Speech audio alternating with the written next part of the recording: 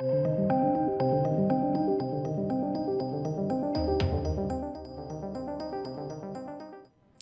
how the mighty have fallen. WarnerMedia's CEO says that in 2022 his movies will debut in theatres before they stream. Oh dear. Now this is on Recode. A chat with Jason Kilar, who wants to unwind his controversial streaming plan. Basically, he realised he'd done fudged up. Fascinating. Utterly fascinating. So let's dive into this today, ladies and gentlemen. If you're new here, please do hit subscribe. Please do turn those bell notifications on, and please do share the video. But let's take a look, shall we? Again, this is a mega surprise, to be honest. You'd have thought that out of all the studios, it'd be Disney or Warner that would at least double down and just bury their heads in the sand. Especially WarnerMedia, and the reason for this is because, of course, HBO Max is not a huge success. It's a relative success, but it's not a huge success. I don't believe it's currently profitable anyway, and I'm surprised that they're rolling back on this. It is very, very interesting to see.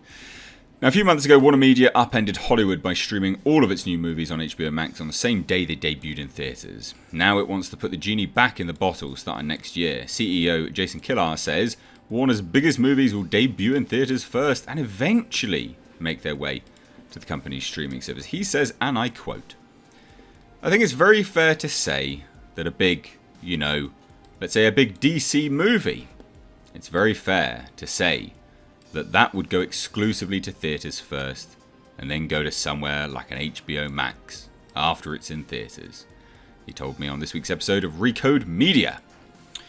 Now, I think this is undeniably a result of a few things. Now, they have, Recode have chucked up Godzilla vs. Kong here, and Godzilla vs. Kong has been a huge beacon of hope for theatres. That's inarguable, whether you think the movie's good or not.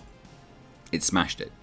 It smashed it in a pandemic world where people think that movies are not going to be doing well in theatres and people are just not going to go out to theatres. Well, sorry, it's done very well.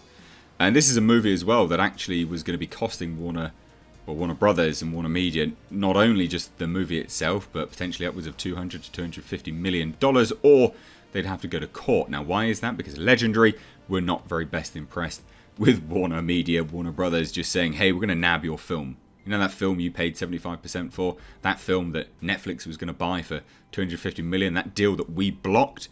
Yeah, we're just going to chuck that out. Sorry, what?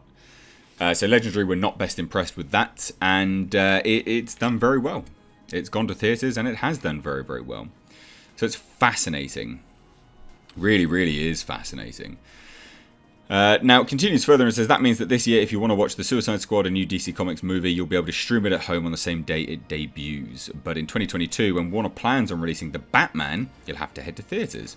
Now, does this say anything about the quality of the films that they're releasing this year versus the potential risk for pandemic, sort of downplaying of profits and things like that? Who knows?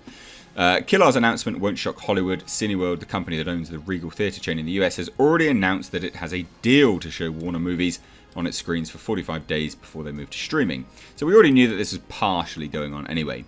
And it's reasonable to assume Warner planned to do the same with other big theatre chains like AMC. Yes. But until this week, WarnerMedia had yet to confirm it was moving back to some version of its pre-pandemic business plan. That's the thing. We had no idea. We didn't know whether this was going to be happening yet. It's another indicator that while big media companies are eager to build up their new streaming services, they still want to keep the traditional movie business running for a while longer. And I've said this time and time again, streaming will never acquire the profits that go into the box office will. It physically can't. When you're paying special deals for your streaming services, Disney were running a $1 deal through a phone plan. HBO Max have been running deals like that as well. When you all just sit there and watch a movie for free via your streaming service that you've got for $1, well, that does not trump a whole family going to the theatre for about $100. Now, does it? No. So this is always going to be the case. I don't think streaming is the future, unless it's streaming and you just have to pay for it all the time. And even then, I still think people will wait for the theatres because it's an event. People like to go to the theatres. And I've said this and I've been poo-pooed, but the end result, well, Godzilla vs. Kong's doing well. Now, continues further, it says, while companies like WarnerMedia, Disney, Comcast and Viacom CBS have all experimented with streaming first-run movies while theatres were closed during the pandemic, they've all said they want their biggest movies back in theatres. Yes. I think they'll put their loss leaders. They'll turn movies that they don't have a lot of hope into loss leaders. They will use their streaming service for those kind of movies. I think that's the way it'll go. Now, that still hasn't happened. Last month, Disney announced that it was pushing back theatrical debut plans for Black Widow, its next Marvel movie, from May until July, and that when the movie did arrive in theatres, it would also be available for a $30 rental via its Disney Plus streaming service, which is garbage. I recently paid for Chaos Walking, and look, the movie's fine for what it is. I've never read the books. I don't know whether the books are any good, but it's fine for what it is. But I can't recommend that movie for £15.99 for like a 2-day rental or whatever it is on Amazon Prime. I just can't. You know, I absolutely can't recommend it. I didn't get the same experience as I would if I went to the theatres. I didn't have the popcorn. It just wasn't I was just sat on my bed watching a movie. And I think that's how this will go moving forwards with these, big deal rentals on these streaming platforms. People just won't do it. It's not. Who cares about renting a movie? Like $30 to rent a film on Disney Plus. You'll be joking me. That's garbage. Now, Kilar said he's pleased with the results of his company's streaming and theatre experiment so far, pointing to the relative box office success of Godzilla vs. Kong, which generated $50 million in ticket sales last weekend, even though it was streaming at the same time. He has told investors that he thinks the strategy has generated more interest in HBO Max and kept existing subscribers from leaving the service.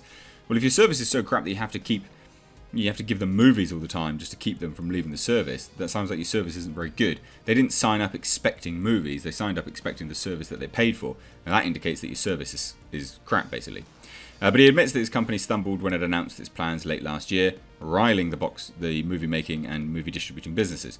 There's no doubt that it was bumpy back in early December of last year, he said.